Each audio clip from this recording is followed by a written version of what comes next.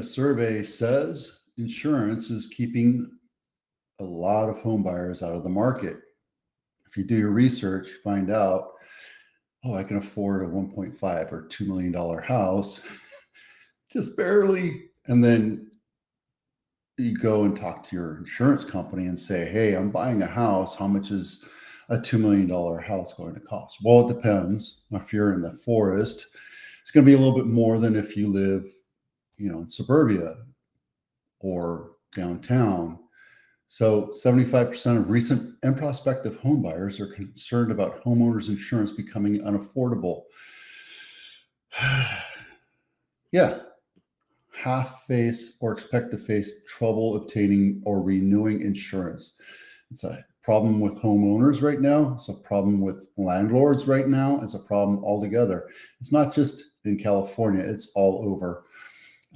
Insurance has gotten out of the way, out of hand, and it's making it unaffordable for most Americans to be able to buy insurance for their home. And it's sad.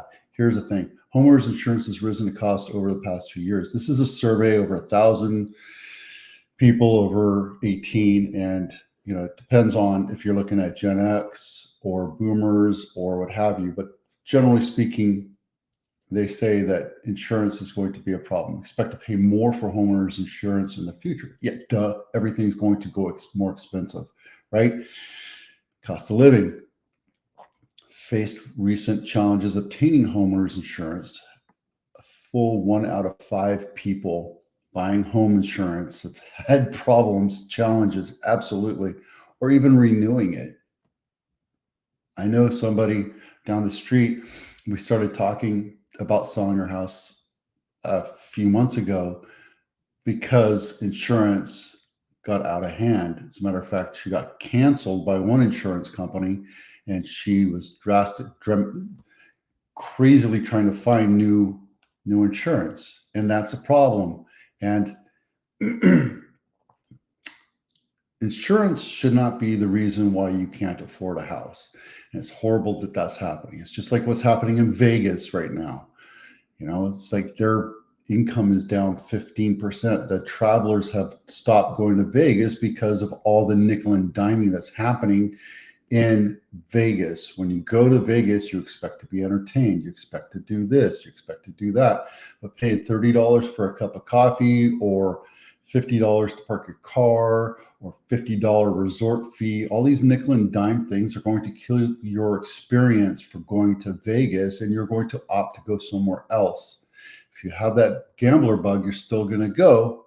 Not a gambler, don't really care.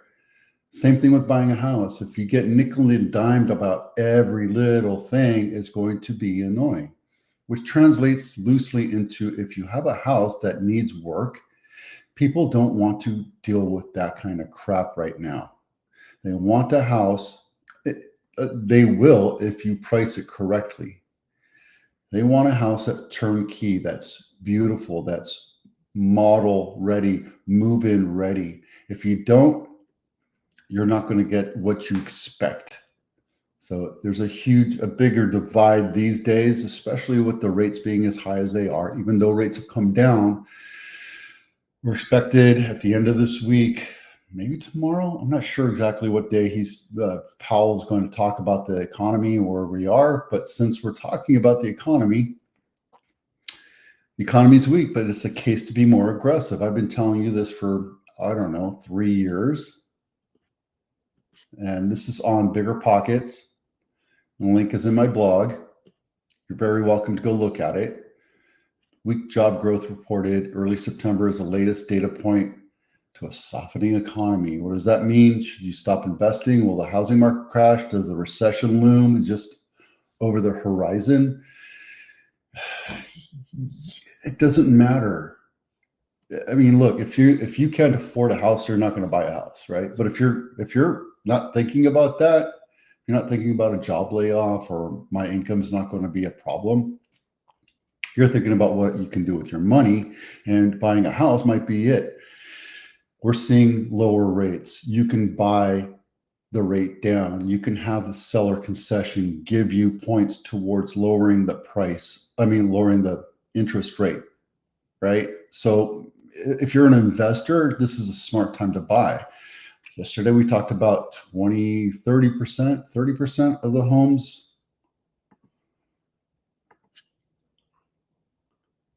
36% of home buyers were investors in 25 so far, first half of the year, right?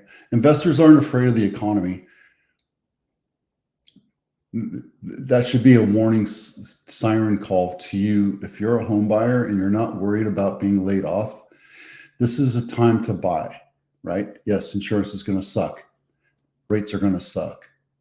But you can come in and you can discount. You have less competition, right? Actually, I have the house I put on market on Friday. I already have an offer, right? I priced it right for the condition.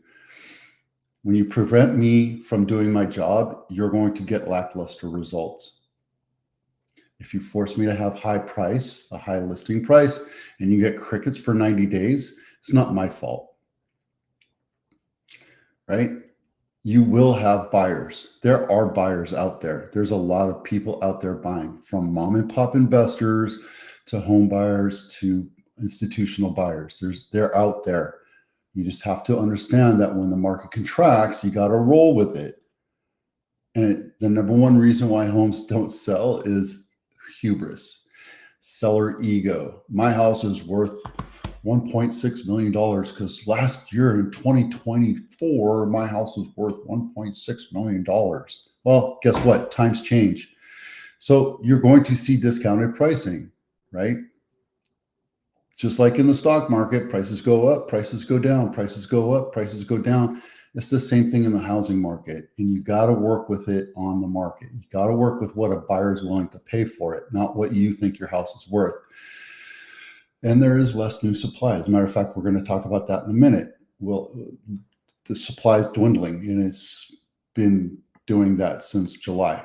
Some real estate investment resists recessions. Not every real estate investment is recession resilient. Class B, multifamily. So, okay, this is going into commercial, right? You're not talking about fourplexes, duplexes. We're talking about 6 to 200, 400, 500 unit apartments, commercial strip malls. All that is resistant to what's going on in the housing market because it has nothing to do with the housing market. It has everything to do with increasing the value of my stakeholder and stockholders' value. It's a totally different business model. So if you're thinking about buying into something like that, look into REITs or syndications if you can, because syndications is something where you're an accredited investor. It means you're worth more than $1 million, or you make more than $200,000 a year, and you can actually invest in syndications. I have a video on financial intelligence, which is another blog I run, that goes through what I'm doing to invest in syndications and why it's smart and it's scary because there's a lot more risk involved. But think about it. Don't try to time the market. Absolutely not. The best time to buy a house is on the downward slope. When's the next best time? When it's in an upward slope, right? Because you can't time the top or the bottom. You don't know. You just never know. You just never know. I'm looking at doing US 30 trading with a friend of mine, and I'm learning it right now. And the docent, the guy that's talking about it, he's all over the place talking about this and being a sniper, and it's way over my head. But I've only done it for 2 weeks, a week and a half, week and 2 days. So, I figure in 2 months, I'll be far more educated on what's going on. But don't try to time the market because you can't. You're going to be a loser. This episode is brought to you by the Homebuyers Checklist. If you haven't done so already, download this and have it in your pocket. It's a downloadable PDF that allows you to go through open houses and all the houses you want to look at and check what that house has and what that house doesn't have. And it even talks about smells and cracks in walls and this and that. So you can actually look deeply into each house as you go through it. And then later on in the day or in the evening, you could talk about which house has what. It's just a nice little thing for you to look at. Los Gatos House of the Week. This is not near Santa Cruz. It's a little bit of a drive. You could walk to it if you really wanted to, if it's a nice day. But this one is New York Ave, not my listing, $3.8 million, 4-bedroom, 3 full bath, built in 2007. And it's 2,466 square feet. And it's a nice Craftsman. I almost had a brain fart there. This is a nice house. I love the wood kitchen. I'm a wood guy. I don't like painted. If your house is old and dated and your kitchen is original, yeah, you should paint it if you're going to sell it. But if it's new and newly updated, I like granite. I'm not a fan of quartz. I don't like painted kitchens. So that's a beautiful kitchen to me. And this looks a little dated, but that's okay. And the little built-in office / bedroom, that looks a little dated too, but here you go. Your Los Gatos. This is affordable. We'll see how long this one takes to sell, but there you go. And this is list price decrease of the week. This is in Santa Teresa area by Sakamoto Elementary, and that's Nob Hill right there, Santa Teresa High School. So it's west of Santa Teresa High School on Ute Drive, and it's listed at $1.6 million, 50 days on market. Don't be a market leader. Attract the market, guys. Here you go. Let me bring this over to you so you can see a little bit bigger. Attract the market. Attract the market. If you list it high, it's going to sit on market and you're going to think your agent's an idiot, but you're the one that controls the price. I learned that a long time ago. I've been doing this for almost 23 years now.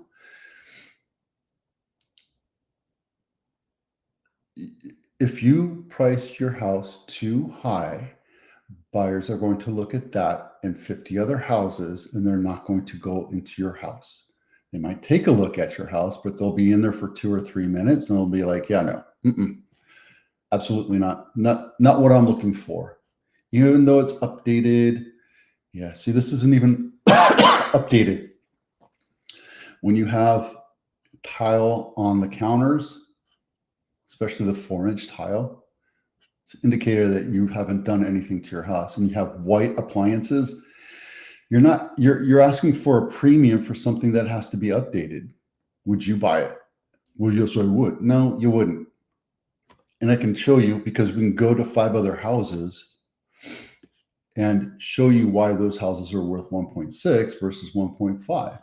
This guy's chasing the market right now, and he's going to be woefully disappointed when he comes in and gets a 1.3 offer. It's a nice house. There's nothing wrong with it. It just needs to be updated. You got to get rid of that Miami Vice tile glass here, and you got to get rid of this funky black tile and get rid of the stupid awning, because nobody wants an awning like that anymore. They want open space. Look, there's nothing wrong with the format of the shower, except for the fact that the tile is 20, 30 years old. Period. Okay. Didn't do a floor plan either, so shame on you. Speaking of which, I have to go do that. Where's my, there it is. This guy right here. This allows me to do a floor plan. They don't even make these anymore. I'm waiting for this thing to die, and then I'll buy a new one. But it is, sorry, we're on Tuesday. It is a 360 camera. It allows me to take, I can do video if I wanted to. I don't really do that. I do 360 floor plan with the 3D, the dollhouse, and you can walk through it and all that stuff. It's kind of cool. And then you get the 2-dimensional floor plan with it, and it just, it's nice to have, right? Because when you have a floor plan, unlike both of these today, they don't have it. You can't imagine yourself going through. You don't understand the map or flow of the house. So we actually as a realtor, we actually have a free app on our phone that allows us to go through every nook and every room and measure out the room, and it'll do it for you. I don't know how it works, it just kind of does it. So, yep. And then let's see. I'm not going to go through everything because we're at 15 minutes. The highest sold price, we'll bring this out for you. Highest sold price is 8.2 million, and it went for almost 10% over list price. Probably because they lowered the price, right?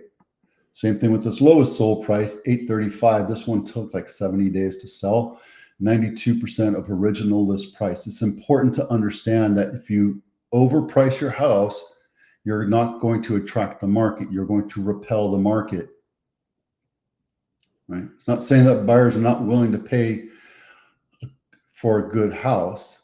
They know what they're willing to pay, but there are also buyers out there and investors that are willing to take your house at a discount. 72%. Yeah, that's kind of painful, right? All right. That's it for now.